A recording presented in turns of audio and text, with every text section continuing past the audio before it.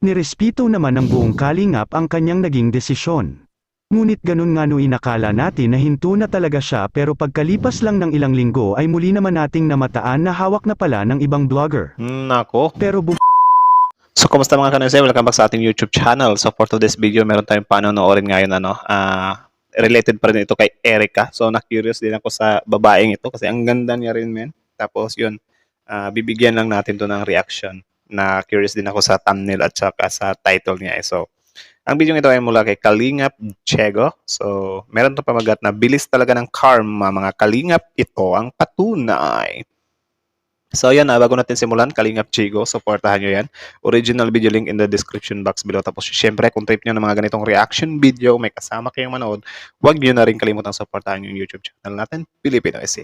Like, comment, share, subscribe. So, di na natin ito patatagalin pa. Simulan na natin. Baka agawin pa ng China. So again, meron itong pamagat na bilis talaga ng karma, mga Kalingap. Ito ang patunay. Nako po, bakit may pa-karma-karma, min? Grabe, sobrang bigat ng paratang na karma, no? Like, paano mo talaga malalaman na ang tao ay kina-karma ba or hindi? So, tingnan natin kung ano ba, may ano ba yung mga pinagsasasabihin niya dito. So, like, comment, share, subscribe, Filipino IC Star. Ba't ang nag-outro? bilis talaga ng karma mga kalingap. Mapagpalang araw mga kalinga. Alam mo na ba ang latest? Hindi pa. Tara, ating alamin. Pero bago ang lahat, paki-subscribe mo muna ang aking munting channel. Yun. Pati na si Kalinga Kalingap Prab. at Kuya Bal Santos. Yun. Maraming salamat po. Maraming Grabe, min. Dagdag ko lang, ha. December 4 pa ito in-upload last year. Tapos meron na siyang almost 500,000 views. So sobrang daming curious dito. Kaya panoorin din natin. Huli na ako sa balita pero panoorin pa rin natin. Tuloy. salamat sa inyong suporta mga kalingap. Huwag niyo po kalimutang mag-subscribe kay Kuya Val at Kalingap Rab pati sa ating munting channel. Maraming salamat po. Yun. Subscribe. Para sa mga Edrica lovers na hindi pa po nakikilala si Erica ng husto at ang kanyang mga nakaraan ay may napag-alaman po tayo dahil sa masusing pagsisiyasat na si Erica po pala ay dati na palang binoblog ng isang vlogger na nakatira sa Maynila mga 3 taon na ang nakalipas. Grabe, ano. Para din siyang artista, men. Tama ba ako? Para siyang si Pia Wurtzbach. Ewan ko. Para sa akin lang naman yun. Tuloy. Sino Kung kaya ating yung vlogger na yun? matatandaan ay kinuwento ni Erica kay Kalingap Rab na dati naranasan ni Erica na sa Maynila tumira at doon ay kasama niya ang kanyang nanay at mayroon silang isang maliit na negosyo. Kumbaga tumutulong si Erica na magtinda ng mga gulay at prutas. Nako. Nagkaroon sila ng ganoong negosyo na mapagkikitaan dahil umano sa isang charity blogger na nakapansin sa angking kagandahan ni Erica, kahit na si Erica Okay, so na charity vlog na pala siya dati. Bakit kaya nawala yun, men? Tuloy. ay bata pa noon, pinagkalooban sila ng isang maliit na kapital upang makapagsimula ng kanilang negosyo.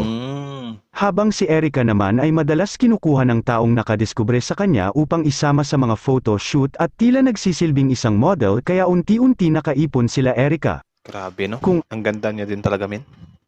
ating maaalala ay dati na ding kinuha si Erica na maging isang model at pumirma na din siya noon ng kontrata kasama pa sila Kalingap Rab at Edo. Ngunit pagkatapos noon mga ilang araw lang ay umalis na si Erica sa Team Kalingap, dahil nga sa sinasabi niya na titigil muna siya sa pagpapablog kasi pagpupukusan niya ang kanyang pag-aaral. Grabe, ano. Sa latest video natin patungkol dito kay Erica is parang may revelation dun yung lolo niya, men. So, panoorin niyo na lang yun. Tuloy. Nirespeto naman ng buong Kalingap ang kanyang naging desisyon.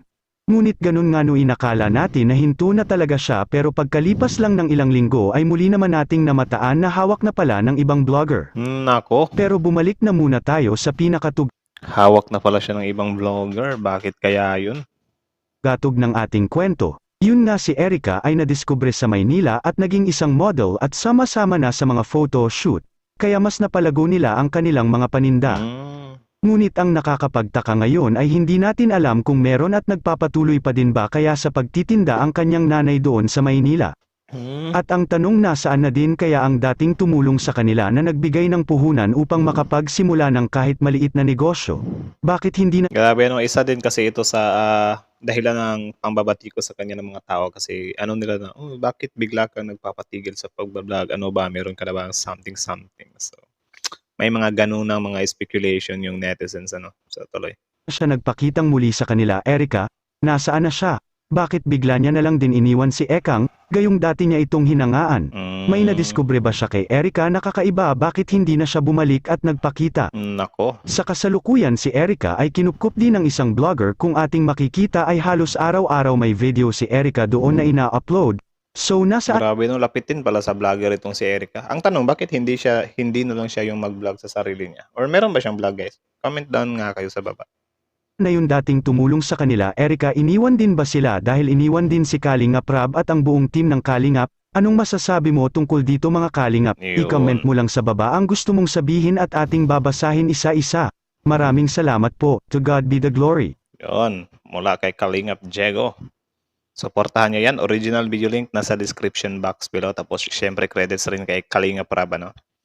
So yun, at also bago nyo iwan yung channel natin, don't forget to like, comment, share, subscribe. So, kita nyo naman. Ito pala yung dating buhay niya. Grabe, ano? Marami palang vloggers or lapitin siya ng vloggers, men. Grabe yung ganun. Sa taglay mong ganda ay lapitin ka ng vloggers. Ang swerte-swerte mo. Ang tanong, wait lang, search nga natin kung meron ba siyang vlog. Tingnan natin. Kalingap Erika. Tignan lang natin kung meron ba siyang channel. Wala siyang channel. So, nagtigil siya na magpa-vlog 5 months ago. Siguro, di niya type yung ka-pair niya na si Kalingap Edo. Ewan ko. So, yun. Wala siyang channel, men. Kung meron kayong alam or na channel niya, guys, comment down nga kayo sa baba para try kong panoorin yung mga videos niya, So, yun lang naman. Kayo, ano masasabi nyo dito? Comment down below. Tapos, yun, pag-usapan natin yan sa comment section. Grabe yung ganun. Actually, yung revelation daw ng lolo niya ay parang hindi daw siya yung nag-ano kay Erika na tumigil siya. Kasi parang meron ding nakitaan daw yung mga netizens na baka nasulsulan daw si Erika kaya natigil sa pagbablog. Pero kung totoo man yung sinabi ni Kalingap Diego dito na maraming beses na siyang nagpapablog na parang dito gusto niya iparating na parang nasa kay Erika yung problema kasi bakit di siya nagtatagal sa mga vloggers di din natin alam yun. Hintayin na lang natin kung ano talaga yung dahilans tapos syempre yung sa kapatid niya na may sulsul daw sinusulsulan ng kapatid niya, di rin natin yun pwedeng i-claim kasi di din naman natin alam ang totoong storya, di ba? Malay talaga natin na gusto niya lang makapag-focus talaga ng pag-aaral. Tapos yun, meron pa rin ako isang nalaman na patungkol nga doon sa, di ba, si Erika may sponsor daw. Tapos nung nagsarili na siya, parang sinusundan din siya ng sponsor ba? Parang dinadirect or nire-recta na siya ng sponsor niya. Grabe yung ganun, Siguro dahil ang ganda niya rin, kaya nire-recta siya ng mga sponsors. So, yun. Ewan ko kung ano nang update sa kanya. Meron siya mga update ng mga issue-issue. Baka next time gawa natin yun ng reaction. Pero ngayon, ito na lang muna. Tapos, yun. Grabe, ang ganda niya, men. May kahawig talaga siya. Para siyang si Pia Wurtzbach para sa akin. Para sa akin lang naman. Kayo, namumukhaan or parang nalulok alike kan din ba kayo kay Erika, kay Pia Wurtzbach? Comment down below nga, guys. Tapos yun, yung ang hindi ko lang na dito, yung karma. Kasi hindi ko mawari or hindi ko talaga ma-justify or hindi ko siya makikitaan ba na ano ba talaga yung karma, men. Like, alam naman natin na yung Panginoon nga daw hindi naman nagbibigay ng karma yun, Tapos tayo parang naano natin si Erika na kinarma siya. So parang pa rin ako ba na saan ba siyang party kinarma? Any idea? Comment down below nga.